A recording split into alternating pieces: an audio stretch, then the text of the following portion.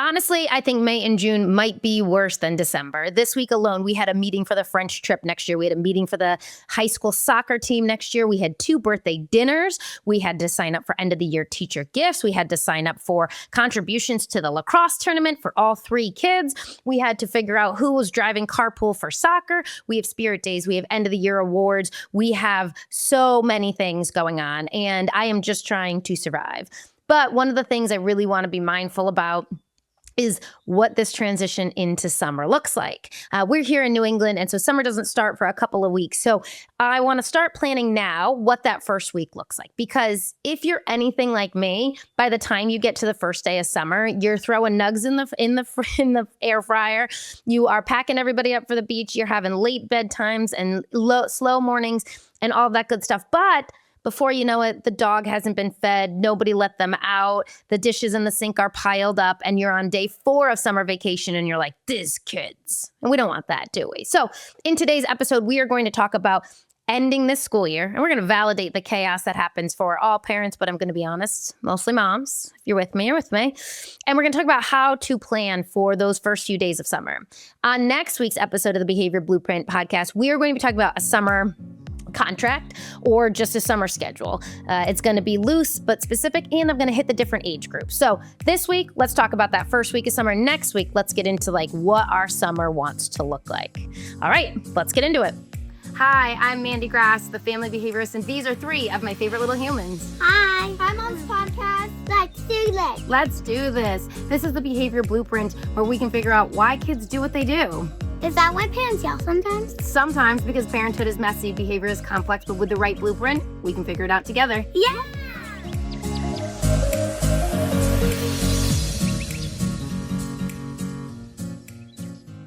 I'm going to talk a little bit about myself for a second, and then we're going to get into why transitions are difficult for both the kids and the adults. This year for us, school ends on a Friday, which is amazing. We go right into the weekend. That Sunday is Father's Day, and that Sunday night, Jerry and our new teenager, our new 13-year-old, are headed to Spain for a soccer tournament for 10 days. And so during that week, it is going to be me and 6 kids most of the week. They do go to their moms a couple of days. And so I have to be on my game because I know if we don't set things up, it's going to be pulled in lots of different directions and somebody's not going to get what they need. And that just doesn't feel good. So let's talk about why transitions are difficult for our kids. As much as our kids say they hate school, school provides a predictability. You know, as much as I'm like, I wish every weekend was a 3-day weekend, and I do, there is a structure, there is a flow to your day. We get up, we get breakfast, things are chunked for us. And yes, of course, we love more time, but there's also such thing as too much time. You know, you have to be mindful about what this looks like for your kid. If you're listening to this podcast, you're probably a pretty involved parent, but that doesn't mean that your kid's not losing access to other adults they know, social access, depending on where you live, to their friends, to their social network, some physical activity that they have predictably every day at recess. All of those things. So we want to be mindful about what this looks like. And while, of course, like who doesn't love summer? It's downtime, it's sandwiches on the beach, it's late nights, it's swimming, it's all of those fun things.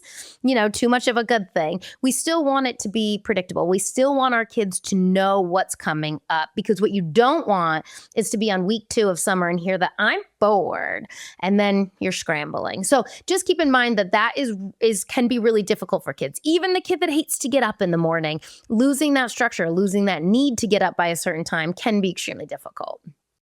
What this looks like for our kids is sometimes irritability, fighting with siblings. We had a big issue with that last summer. I think it was like the 3rd week of summer, I implemented a new group contingency because my kids were having such trouble with each other. It can look like moodiness. It can look like frustration. Sometimes, you know, at school, that social network is a lot easier. Once you're home, especially if you're a tween like my kiddo, you don't have a phone and you don't have access, or maybe you don't have everybody's number. So all of those things can start to be difficult. If you have a teen, add in the Snapchat or the Instagram where you see everybody's getting together and maybe you weren't invited, or maybe you didn't know, or maybe you couldn't go. All of those things start to get really tricky. So we just want to be mindful about, even though it's summer, that can still be really tricky for kids. And let's talk about why this transition is difficult for parents. I'm going to take it back one step first. The end of the school year is absolutely insane. the field day, the spirit days, the did you buy this shirt that they have to wear on Tuesday? We have a school dance tonight and it's like neon. And so the 14-year-old and I picked out this really cool outfit on Amazon. And then last night I checked and it was like going to be delivered today, fingers crossed. So we had to run out last night and make sure we had a backup so we had something for the dance. So all of these little things that really add up. It's a logistical nightmare. You guys know we are on a lot of sports teams. And so like it is not winding down yet. We are still going full strong. We have a dance recital. It's just a lot to mentally juggle. You know, the difference of soccer ending is like you still have your routine. For me in the fall, you still have your routine of school and everything. You just have a little bit more time. Here, it's like a steep cliff. Sports end, and now you have nothing but time. And so that is really difficult. Not to mention, are your kids doing camps? Do you feel guilty that they should do camps? Do you feel guilty that you're working? Do you want to just go do things with them, but then you feel guilty that you're not working? This is some of my internal battle. Like, okay, I have the flexibility to be with them, but I also still need to do this. All of that can feel really tough. Finding the childcare, finding the camp or the activity for them, helping them navigate the social interactions or, social gatherings. All of that can be tricky. And not to mention, you might be losing a little bit of your social network, right? If you are a sidelines parent and you're automatically seeing those parents all the time, but maybe you're not particularly close with them. So now you're a little bit more isolated. Maybe your friends' kids are older. Maybe your friends have super fancy vacations planned and you are locked down at home. All of these are things that we have to battle. And I will tell you, the guilt is the number one for me. No matter where I am, I feel like I'm not in the right place. And so trying to figure that out can be really tricky. So we go from surviving the school year to trying to make core memories for summer. And this is me. And this is, I'm going to be honest with you guys, such a fatal flaw of mine. I pile on. I just want to add. So like 2 weeks ago, there's 2 ice cream stores in town. I went to the ice cream store and I started a shared list with Jerry of every ice cream flavor at both stores. And I told the kids that we are going to try every ice cream flavor from these 2 shops this summer, which is like so cute and so fun, but maybe a little bit much. And then I'm getting these targeted things on Instagram of like these beautiful posters where you write, all your summer bucket list and you're going to put pictures. And I'm like, I need to do one. I need to do one for each kid. Like, this is so fun. I have a shared list with my best friend of like the places that we want to go this summer. We want to take the kids to the zoo and we want to go to this water park and we want to go to Six Flags. And honestly, something about the summer, you feel like you have so much time, but it books up really quickly. We were trying to plan one weekend with my 2 best friends' families, so 3 couples and all of our kids. And we started planning it in February, and we could only find one weekend we were all available. And then that weekend fell through. Okay, so enough talking and validating about how hard this is. What are we going to do about it? Let's talk replacement behavior. So one of the biggest mistakes we make is throwing out all structure, right? We go, and especially that first week, there's this element of like, we just need to let them have some downtime. Like, they're so tired, they've worked so hard. And I don't disagree with downtime, but I do think we need to have some predictability and some structure. So right now, as I told you guys, that first week is in a couple of weeks for me. I want to talk to the kids this weekend about what are some things we want to do that week. And it might be that they just want to ride their bikes. And so for my kids, especially for my youngest, the 10, 9, 7, and 4-year-old, I know I'm going to have to structure that a little bit. Traditionally, we go to the beach every Monday with Jerry's family, but I don't know that we're starting this Monday, so I want to have some things lined up. I want to decide if we're going somewhere that Thursday with my friend and her kids, and I want to tell the kids what that might look like. Now, it's okay, of course, if we don't have a plan for every single day, but I think having something to look forward to or some level of structure is going to be really helpful. For example, that first weekend, the second weekend, I guess, one of our kids has a lacrosse tournament. So I'm already on the phone with my nephew being like, do you have your work schedule? I'm thinking maybe he'll come here and stay with the kids and they can swim and all of that sort of stuff so that I don't have to schlep them to the tournament. So those are the things we want to start talking about. The other things we want to be mindful, especially with our teens, about what exactly that looks like. Now, of course, they don't need to go to bed. I have one teen who's so good. He's like 9 o'clock. He's like, I know I need my rest. I need to be in bed at 9 o'clock. So obviously it's not going to be like that in the summer, but what is a realistic expectation? Midnight might not be realistic. So starting to put some parameters around that and deciding how flexible you'll be. Is it okay if it's up till 11? Is the hard line that you have to be in bed by 11? I don't care what your line is, but some of these little things you're going to want to start thinking about. I know another really big one in my family is food. We have a structure to food, to our mornings, for example. So Jerry's dad comes over and helps get the kids on the bus every week. And every Tuesday he brings donuts. So it's Donut Tuesday. Well, he doesn't come in the summer. So like, are there donuts? And the boys are allowed to have, the kids, all of them now, are allowed to have Nutella toast once a week. My kids crush some Costco muffins, so they're allowed to have Costco muffins once a week. So I just want to continue to keep some of that structure in place. I don't want to lose all nutritional capabilities that we have, barely set up. So we want to ease into summer. We don't want to spend the first 3 weeks of summer accidentally creating patterns that we spend the rest of summer until August trying to undo. So whatever you can do to continue with that predictability will be helpful. So as I mentioned before, we usually do a beach day every Monday with Jerry's family. I'm not sure the rest of the family, because a lot of them are teachers, are off yet, but maybe the kids and I are still going to do that on Monday just to get into the flow of what that looks like. They usually do a pool day at one of the cousins' houses on Friday, so let's still do that. And my girls on Tuesdays, we usually do something with my best friend's family. So what are some of those things look like? And let's start to talk about teens too. And I want to be super clear. This doesn't have to be completely rigid, but I want you to be mindful about the broad strokes that you want to have in place for summer and have the kids be part of that discussion. I mentioned at the beginning of the episode, I'm going to get into more specifics of a summer contract next week. I'm actually going to do it with my own children, and I'm going to share it with you guys about what are the things we want to do and how do we fit that all in and what does that look like. But before everybody panics, summer does not have to be super rigid. I'm absolutely not saying that, but the kids do better when there's some framework. So I want you to be mindful about setting that framework up kind of out of the gate. All right, so now let's talk about teens. Sleep schedules. That's going to be a big one. Of course, our teens need more sleep. I get that. Is sleeping till noon reasonable? And listen, it's okay if it is in your home. What exactly does that look like? Our 16-year-old and I have been hitting the pavement. He has 2 job interviews today. I'm picking him up from school to bring him to a job interview. So I think that will help add some structure. But what about those in-between years? I have a 14-year-old who hustles. He is working multiple lawns. He works for multiple people, helping them have a little bit of structure, earn money. What does that look like? Does that mean, you're grabbing your buddies and going to play soccer and you're riding your bikes to do that? That's wonderful. But also, and this is increasingly complex with a blended family, how are we checking in to make sure that everybody's on the same page? The boys are really good. They actually usually text me first to be like, can I go on my bike? Probably because I'm the person who's home first. But just being really clear about what that looks like.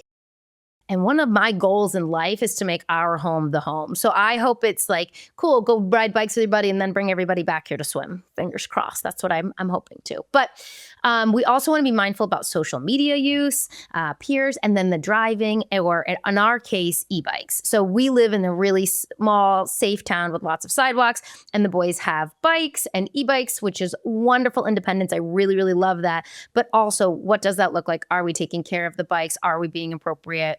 I got to give 2 of the boys a shout out. Somebody took a picture of them and posted it on Facebook, which is everyone's worst nightmare.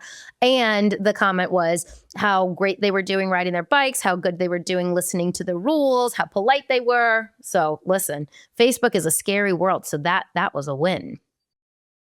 As a newer teen mom, I've realized that transition matters even more for them than it does for my little kids. My little kids are dependent on me for setting up setting up those systems. But the teens are stretching their independence and they're capable of setting up their own systems. So we really need to thread the needle of how do we promote their independence, but also give them a framework of structure. Some of the things I think we need to discuss as a family as we ease into summer is what are the sleep expectations? What are the contributions to the household? Movement and outdoor time, screen time boundaries, and then communicating these expectations. If you're able to set these up, and listen, again, I'm not saying that they can't get looser as summer goes and all of those sort of things, you at least have a starting point. When we talk about behavior in general, The longer behavior has existed, the harder it is to change. So if you're out the gate and you're being really explicit about what that looks like, you can always loosen up, but it's much harder to go from something super loose and adding in that structure. So let's think about what exactly that looks like. Okay, summer does not have to be perfectly scheduled, academically packed, aesthetically magical. That's something I need to work on. We just want to have regulated kids. We want to connect and have family time. We want it to be slow enough. We want enough structure to keep everybody functioning. So as we get into these first weeks of summer, these are some of the big things to talk about. We are going to do a contract next week where we're really going to talk about what are really explicit expectations in terms of chores. For example, our 14-year-old mows the lawn. I love that. It's great. He's paid for that because it's a pretty big job where we live. But what is the expectation around how often that's done? We actually have the opposite problem. Because he gets paid for it, he wants to do it like every other day. But really being mindful about what that looks like. And if that's a paying job for him, what are other paying jobs for the other kids? Like, we are going to have a pool. Is it going to be cleaning the pool? Is it going to be weeding? Is it going to be, checking on the garden daily? And I want to make sure there's opportunities that are age appropriate for each kid. So if one boy has option to mow the lawn, then is that an option for everybody? Also, do I get paid when I do it? Just throwing it out there.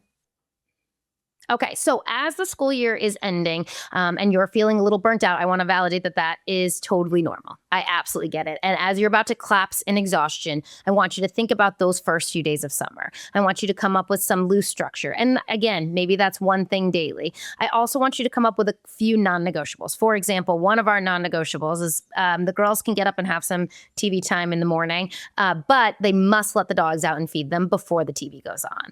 We don't want these bad habits to solidify in any capacity. Next week, we're going to talk more about laying your whole summer out and looking at when our camps, when our other commitments, what does that look like? If you are a blended family or your child splits time, letting them know where they're going to be and when, that can help add some structure into some of those expectations. Okay, so you are surviving the end of the school year, and I'm going to say surviving. It is so much going on. It is so hard to make sure you're there for everything. I became a Venmo mom. The parent that runs our classroom was like, just Venmo me. I was like, I got you. I hope that I can do better next year, but don't spread yourself too thin. Commit to the things that you can commit to. Be a Venmo mom if you need to be, and then start thinking about what you want summer to look like. And again, it doesn't need to be perfect and things can change, but don't just throw your hands up that first week and be like, see you guys later, because I think that will become really hard to undo.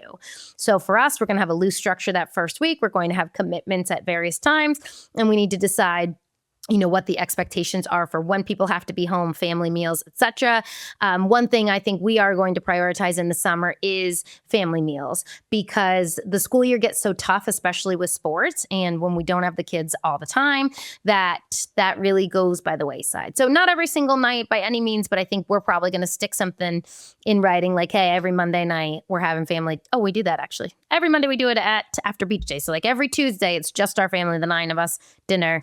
Then friends can come over and we can swim or whatever that might look like. So if your house feels chaotic right now, it makes sense. This time of year is a lot. I genuinely think it's worse than December, but it can feel really, really cumbersome. So you don't need the perfect summer. You just need enough intentionality to make sure that everybody transitions well.